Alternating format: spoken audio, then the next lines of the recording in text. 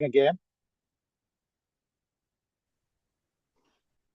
So we'll continue from where we have stopped. And I said that के coefficients table के अंदर हम जो कोलिनियरिटी और सॉरी जो हर इंडिविजुअल वेरिएबल्स को देखेंगे. Remember that I gave you the analogy of mother looking at the children individually. So that for t test के जरिए we can always look at it के मोटिवेशन स्केल या competence scale या जो भी variables हैं वो कितना अच्छा सिग्निफिकेंटली वो प्रिडिक्ट कर सकते हैं डिपेंडेंट वेरिएबल को. ठीक है. और डिपेंडेंट वेरिएबल ये यहाँ पे नीचे लिखा हुआ है मैथ अचीवमेंट फर्स्ट यहाँ पे मेंशन है. तो इसको जो प्रिडिक्ट यहाँ से हम इसकी सिग सिग वैल्यू को देखेंगे कि वो प्रेडिक्ट कर सकता है कितना अच्छा कर सकता है. अगर हम अच्छा मैं माजरत चाहता हूँ. थैंक यू अजद. Thank you very much. जज्बाती है ना. मैं भी जज्बाती हूँ तो ज्यादा जरूरत से ज्यादा ही जज्बाती हूँ.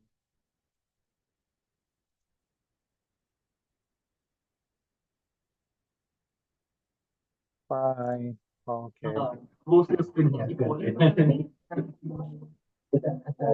तो मैंने उसको ना अपने से मिला आपको।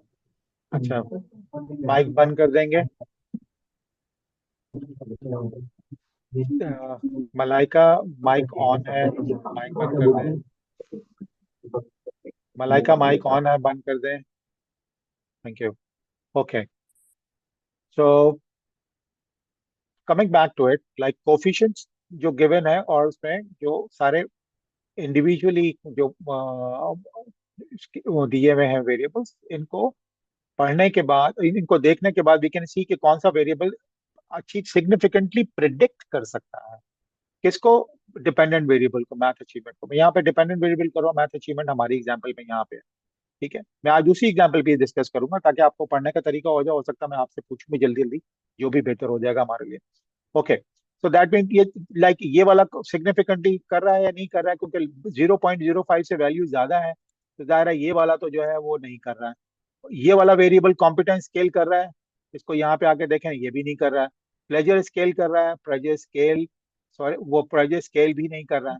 Okay. Grades in high school is a wonderful predictor for math achievement क्योंकि ये 0.05 से बहुत कम है.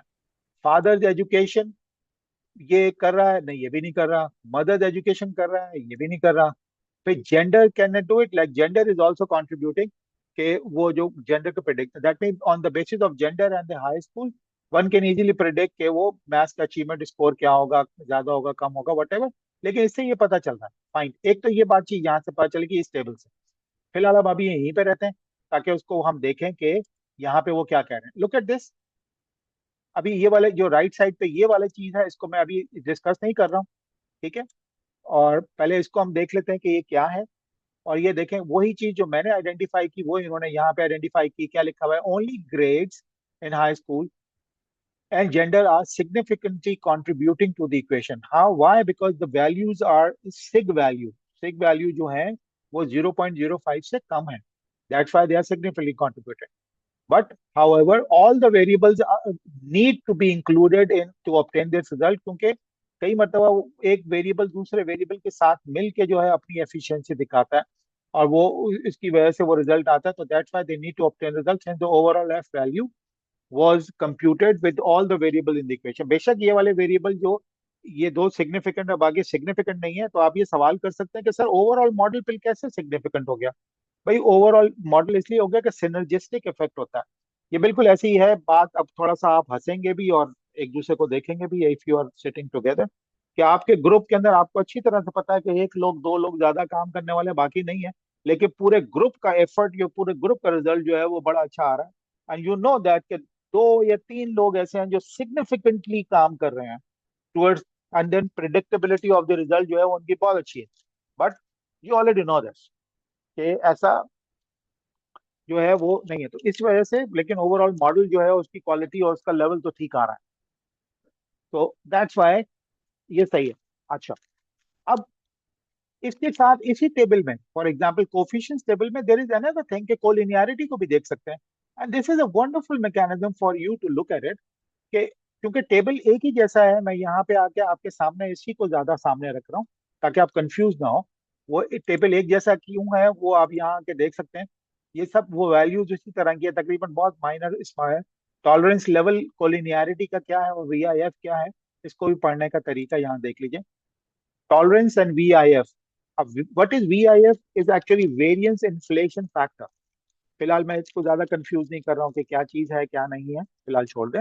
लेकिन tolerance and VIF are the two value जिसकी वजह से कोलिनियरिटी का पता चलता है, जो कोलिनियरिटी की इंफॉर्मेशन हमें मिलती है कि कोई वेरिएबल आपस में बहुत ज्यादा कोलिनियर है। Collinearity is not a good thing in regression analysis.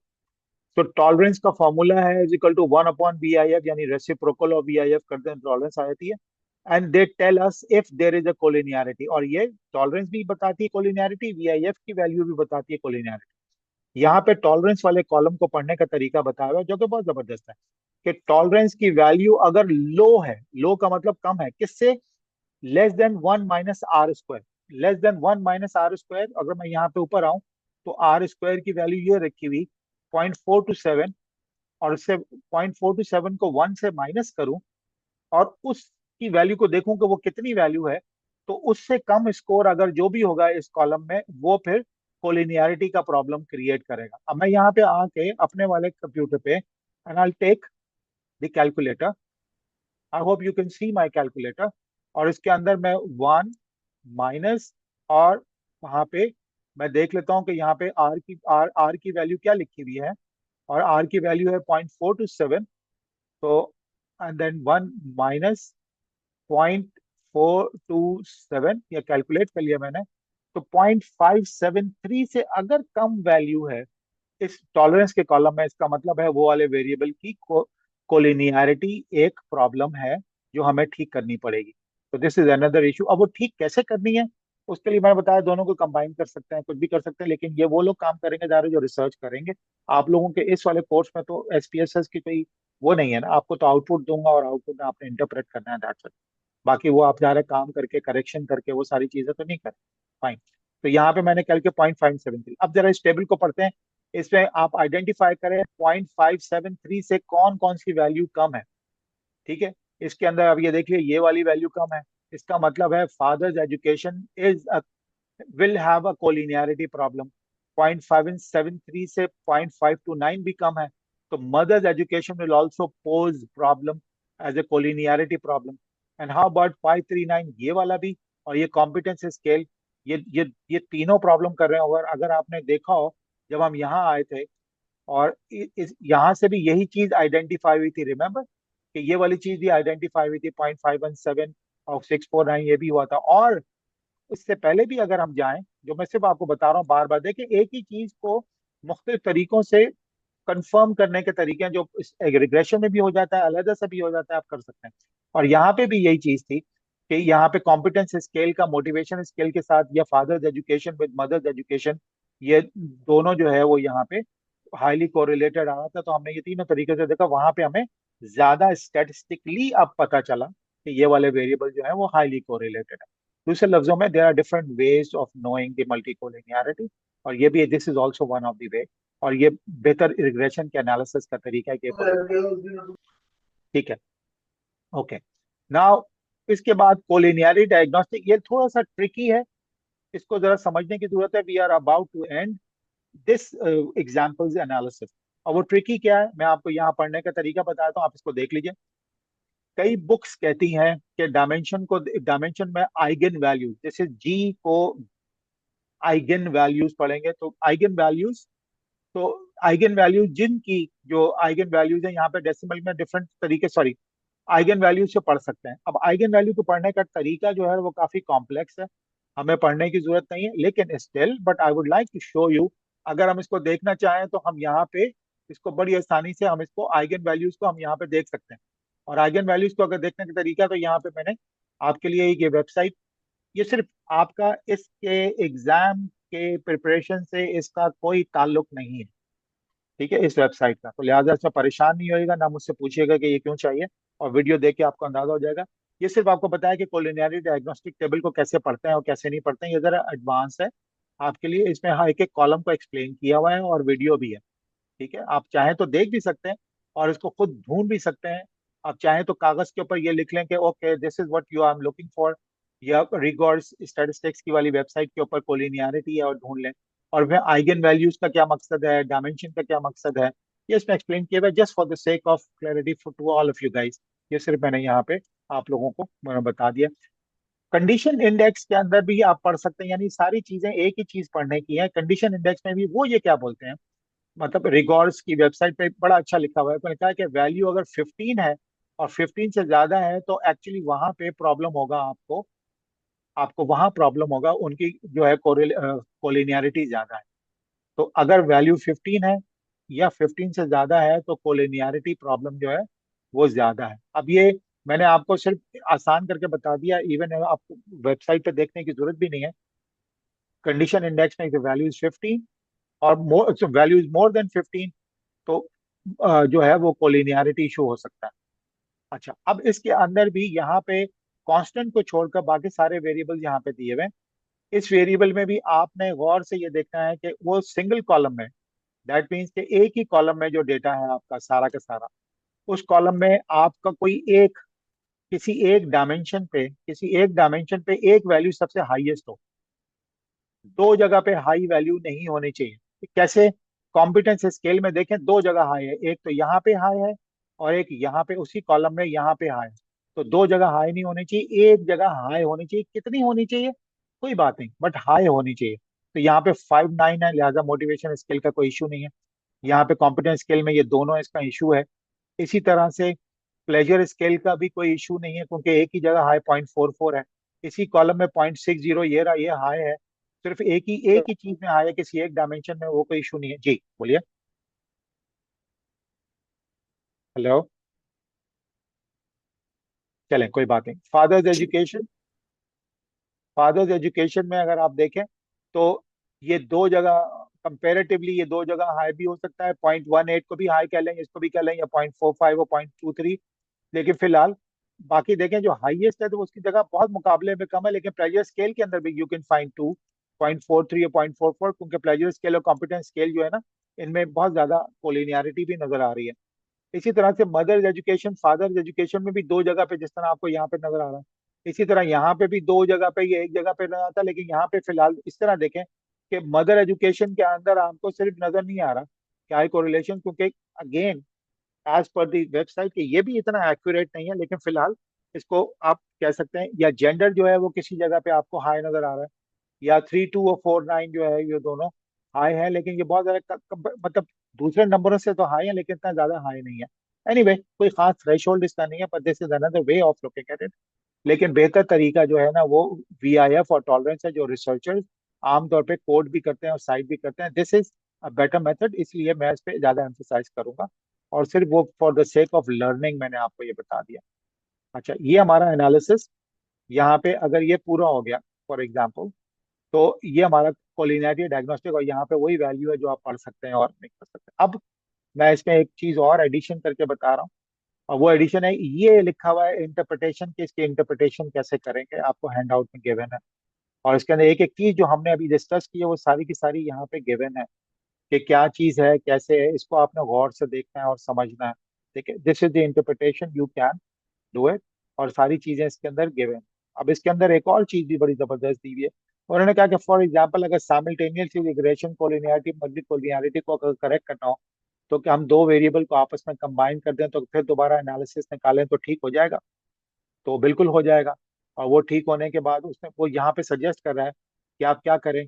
वो आपको ये सजेस्ट कर रहा है कि आप एक काम करें, आप दोबारा रन करें पेरेंट एजुकेशन वेरिएबल ये वाला, और फादर एजुकेशन और मदर एजुकेशन को हटा दें, और कॉम्पिटेंस स्केल और प्लेजर स्केल को भी हटा दें, और फादर एजुकेशन और मदर एजुकेशन की जगह पे पेरेंट एजुकेशन वाला वेरिएबल रखें, और दोबारा रन करके देखें, फिर देखें कि वो दोबारा से सब चीजें होती ही नहीं होती, और मतलब वो सारा होता है या नहीं होता, कोलिनियरिटी दोबारा आती ही नहीं आती। मैं इसको दोबारा क्विकली रन करने का भी तरीका बता रहा हूँ, यहाँ पे आउटपुट दिया हुआ है। और ये एक वैल्यू प्रिडिक्ट करने का भी, मतलब उसको प्लॉट करने का तरीका भी वो भी बता रहा हूँ। अब देखिए मैं कितना जल्दी इसको एनालिसिस को आपके सामने करता हूँ। अगर जब दोबारा एनालिसिस मैंने लेकर आना है, क्योंकि इस मतलब मुझे एक वेरिएबल, दो चार वेरिएबल निकालने हैं और एक वेरिएबल ऐड करना है, तो बड़ा सिंपल है। ये वाला मैं डायलॉग बॉक्स यूज करूंगा, जिसमें रिसेंटली अगर जो मैंने काम किया है तो वो मैं यूज कर सकता हूँ। I simply come over here और मैंने स्कैटर प्लॉट मैट्रिक्स यूज किया या बायोवेरिएट किया या लीनियर किया, मैं तो लीनियर रिग्रेशन पे चलते हैं। और लीनियर रिग्रेशन पे आके अब मैं सबसे पहले जो मैं कॉम्पिटेंस स्केल का उन्होंने कहा कि इसको निकाल दीजिए, फिर उन्होंने कहा प्लेजर स्केल को निकाल दीजिए, फिर उन्होंने कहा फादर एजुकेशन को निकाल दीजिए, फिर उन्होंने कहा मदर एजुकेशन को निकाल दीजिए, और बाकी और नहीं कहा, और कहा कि पेरेंट एजुकेशन ले लें और पेरेंट एजुकेशन को ऐड कर दीजिए। तो मैं स्क्रॉल कर रहा हूँ क्योंकि मैंने ये फाइल देखी हुई है, इसलिए मैं यहाँ पे देखूंगा कि पेरेंट एजुकेशन ये रहा, और ये PAREDUC ये दिया हुआ है। मैं यहाँ पे क्लिक करूंगा और इसको आखिर में आके मैं इसको पेस्ट कर दूंगा।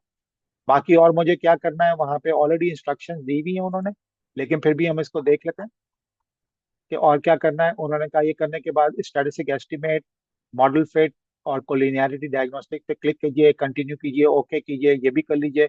और फिर ओके करने के बाद उन्होंने कहा कि प्लॉट्स में जाइए, और प्लॉट्स में जाने के बाद जो है, प्लॉट में जाने के बाद जी रेजिड, रेजिड मीन रेजिडुअल, जी प्रिडिक्टिव, और इसको इसको वाई बॉक्स में कन्वर्ट कर दें और ले जाएं और इसको एक्स बॉक्स में और प्लॉट करें, तो प्लॉट भी बन जाएगा। एक नया प्लॉट आएगा जिसको पढ़ने का तरीका मैं बताने लगा हूं अभी, जो अच्छा है, स्कैटर प्लॉट एक्चुअली बनता है।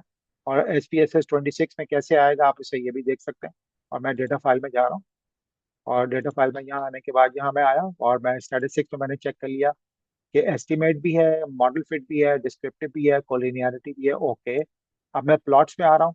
प्लॉट्स में आने के बाद मुझे रेजिडुअल हमेशा वाई एक्सिस में, या किसी एक को याद रख लें कि प्रिडिक्टिव हमेशा एक्स एक्सिस में, जो जी प्रेड है वो हमेशा एक्स एक्सिस में रखते हैं। और रेजिडुअल ये सिर्फ एग्जामिनेशन पॉइंट ऑफ व्यू से नहीं बता रहा हूँ, ये सिर्फ आपको वैसे आपको बता रहा हूँ कि that you should learn and do that.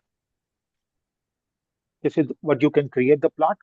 Plot करने के बाद कंटिन्यू, और उसके बाद ओके। जब ओके किया तो इस मरतबा उसने दोबारा से एनालिसिस रन किया, और रन करने के बाद मैं वापस से इधर आया हूँ और देखें इस मरतबा 69 की जगह 73 है, क्योंकि हमने कुछ वेरिएबल निकाल दिए और कुछ रह गए। और ये 73 हुआ, उनमें कोई मिसिंग होगा या नहीं होगा, या उसमें के अंदर सारी चीजें मौजूद थी, तो 73। और इसके अंदर आप दोबारा पढ़ लें कि देखें कोलिनियरिटी कोई इशू आ रहा है, क्योंकि 0.5 0.6 से वैल्यू अगर कम है तो बहुत अच्छी है, जो कि ऑलरेडी मैंने यहाँ पे एक्सप्लेन की थी आपके सामने। तो यहाँ पे भी अब इसको पढ़ लेते हैं, इसके इसकी आउटपुट के हिसाब से पढ़ लेते हैं। तो इस वाले ग्राफ को इग्नोर कर दें, और यहाँ पे देखें, यहाँ पे लिखा हुआ है कि 73 है, indicating that eliminating competence and pleasure reduce the amount of missing data. Missing data को भी रिड्यूस उन्होंने कर दिया और 73 आ गया। अब फिर यहाँ पे ये देखें कि none of the relationship among predictors greater than 0.25 क्यों लिया, मैं ये भी बता देता हूँ 0.25 उन्होंने क्यों लिया। उन्होंने ये बोला कि सबसे लोएस्ट स्कोर कितना 0.2 या सबसे हाईएस्ट स्कोर कितना है इसके अंदर, 0.394 है या 0.235 है मैथमेटिकल। उन्होंने कहा कि यहाँ पे कोई भी 0.25 या what ever half of it parent education में कोई भी हो, मतलब कोई भी इतना ज्यादा वो नहीं है, ज्यादा वैल्यू नहीं है किसी की भी, या कोई भी एक और ले सकता है 0.54। अगेन दिस इज 0.5, सौ 0.5 से कम है, ठीक है, इस वाले को भी यहाँ देख सकते हैं। अच्छा, प्लस सारी वैल्यूज को देखने के बाद अब ये note all the predictors are significant to math achievement को भी सारे वो प्रेडिक्ट कर रहे हैं। और यहाँ कैसे प्रेडिक्ट कर रहे हैं, वो सिग्निफिकेंट वैल्यू यहाँ पे देखें 0.05, हम एक तरीके से यहाँ पर भी चेक कर सकते हैं कि ये 0.05 है, लेकिन हमने तरीका क्या किया था, हमने वहां पे जाके दूसरी जगह पे देखा था। अगेन वेरिएबल एंटर रिमूव, यहाँ पे एंटर है, मैं फिर यहाँ पे दिखा देता हूँ। यहाँ वही बता रहा है कि इट इंडिकेट्स कि साइमल्टेनियस रिलेशन मेथड इस्तेमाल किया हुआ है, ठीक है, plus.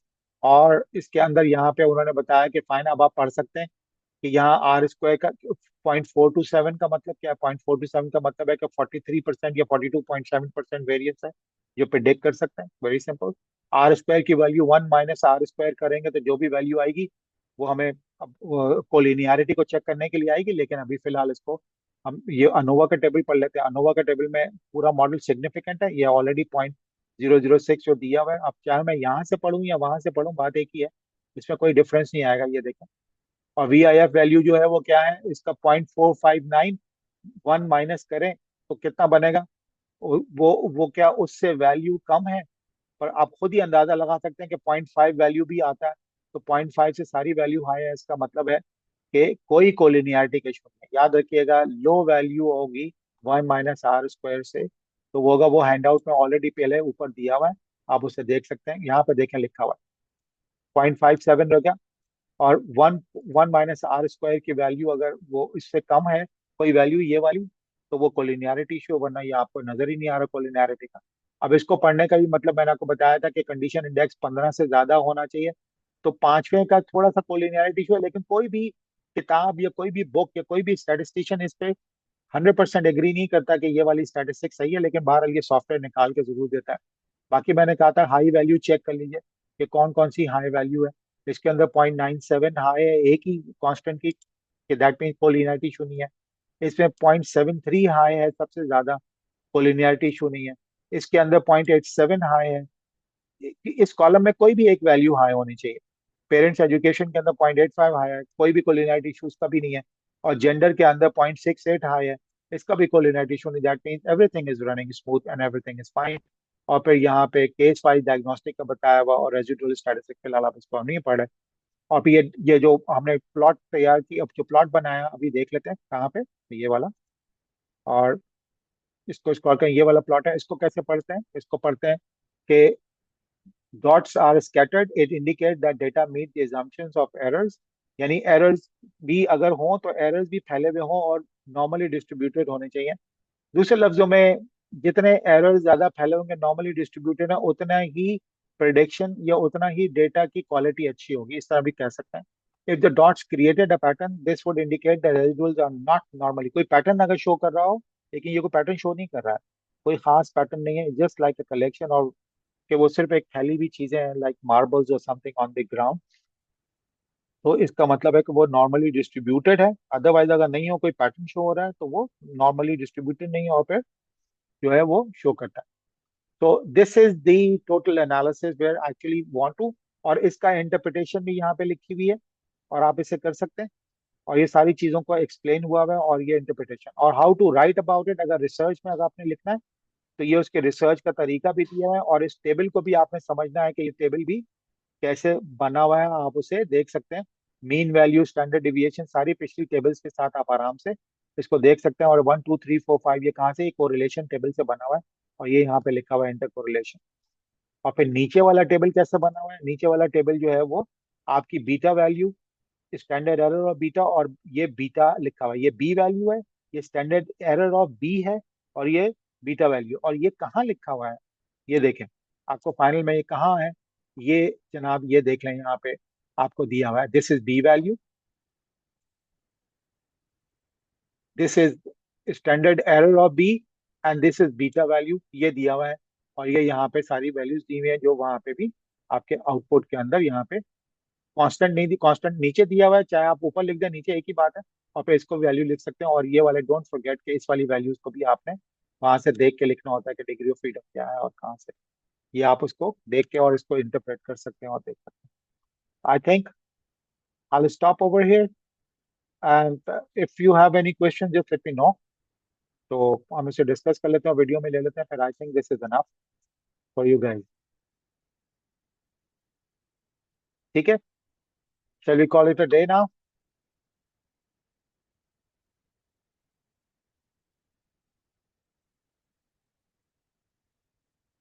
So I'm putting it off and I'm stopping the recording.